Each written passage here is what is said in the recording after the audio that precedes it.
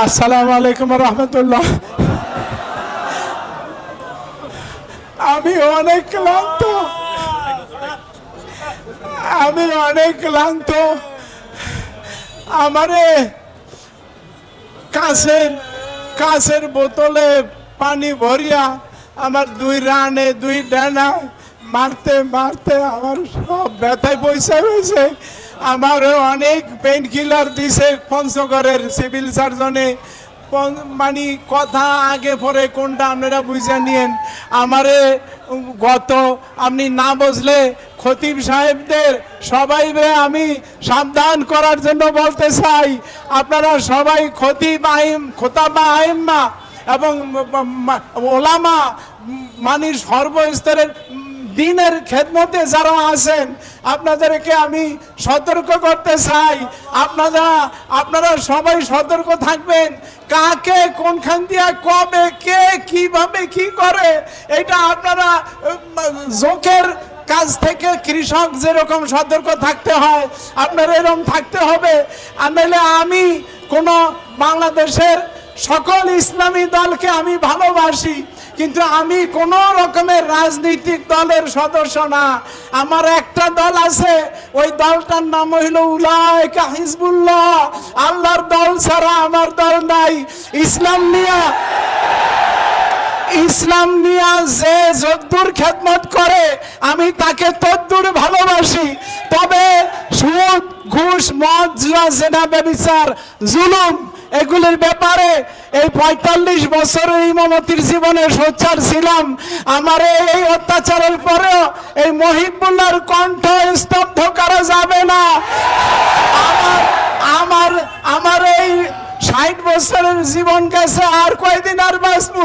আমারে যেইভাবে মহাসড়কে আনিয়া রাখছে মায়ের পিঠের পরে, অত্যাচারের পরে, একটা গাড়ি গেলেই আমি শেষ হয়ে যাইতাম গত পরশু রাত্রে। আমারে গত ডিসেম্বর, ফেব্রুয়ারি, জুন, আগস্ট এই 4টা মাসে আমারে 4টা চিঠি দিছে বেনামে। প্রথম চিঠিটা লাগছে আপনি করিয়া, এরপরে চিঠিটা লাগছে তুমি করিয়া, এরপরে 2টা চিঠি লাগছে তুই করিয়া লাগছে, যে অনেক লম্বা। তো আপনারা সংক্ষেপে যে কটা মনে আছে ওই কটা বলি। 1 নম্বরে লেখছে, আপনারা সবাই টার্গেটে আছেন। ইমাম সাহেবেরা খতিব আইম্মা ওলামা ঘুমাইয়েন না। আমি বুড়া মানুষ, আমাকে এইভাবে টার্গেট করছে। আমি আর কোন কাজে লাগি? বুড়া মানুষ কতদূর পারি? একটু দৌড়েই তো হতে পারি না। আমি ব্রেন টিউমার অপারেশনের রুগী, কিডনি অপারেশনের রুগী, দুর্বল। আমাকে যেইভাবে টার্গেট করছে, আপনারা কেউ মুক্ত না।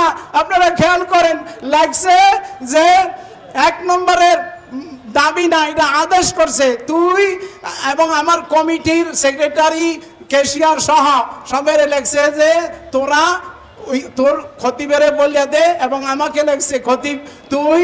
1 নম্বরের আদেশ হইল অখণ্ড, আপনারা খুব কান খুলে শোনেন, মনে রাখতে চেষ্টা করবেন পয়েন্টগুলি। অখণ্ড ভারত মাতার পক্ষে কথা বলতে হবে। কারণ পূর্ববঙ্গে বাংলাদেশ স্বীকারই করে নাই, লেখছে পূর্ববঙ্গের ভারত ছাড়া আপন কেউ নাই। এই 1। 2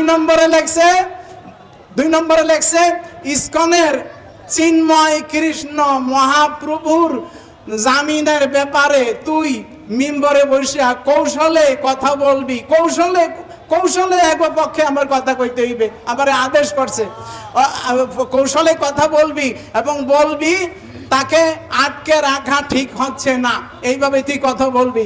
3 নম্বরে লেখছে বাংলাদেশের সকল ধর্মভিত্তিক দল বিএনপি এবং এনসিপির বিরুদ্ধে কৌশলে কথা বলবি। আরো লেখছে এনসিপি পূর্ববঙ্গের সবচেয়ে বড় শত্রু, আর ধর্মভিত্তিক দলগুলির বিরুদ্ধে কথা বলবি। 4 নম্বরে লেখছে মুসলমান মেয়েরা হিন্দু ছেলেদের সাথে প্রেম করতে কোনো বাধা নাই। এটা তুই মিম্বরে বসে এই মাসলা দিবি। এরপরে লেখছে তোদের বাইতুল মুকাররমকে ঘুরিয়ে দেওয়া হবে।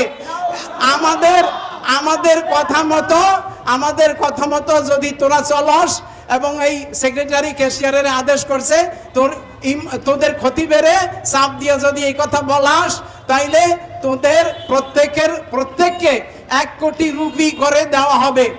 টাকা লেখে নাই, রুপি লেখছে, 1 কোটি রুপি। আর প্রথমেই যে লেখছে টিএনটি কেন্দ্রীয় মসজিদের আধিকারিক। এটি কোন দেশের ভাষা আপনারাই বুঝিয়ে নিয়েন। বাংলাদেশে কর্মকর্তা, অফিসার বা দায়িত্বশীল এরকম লেখে, কিন্তু ওই সমস্ত দেশে লেখে আধিকারিক, লেখছে টিএনটি কলোনি মসজিদের আধিকারিক। তোদের বলছি, তোদের ইমামেরে এর আগে 10টা চিঠি দিছি, আসলে দিছে 4টা, লেখছে 10টা চিঠি দিছি, সে একটারও মূল্য দেয় নাই, তবে তার জীবন দিয়ে আমাদের চিঠির মূল্য পরিশোধ করতে হবে, এই লেখছে।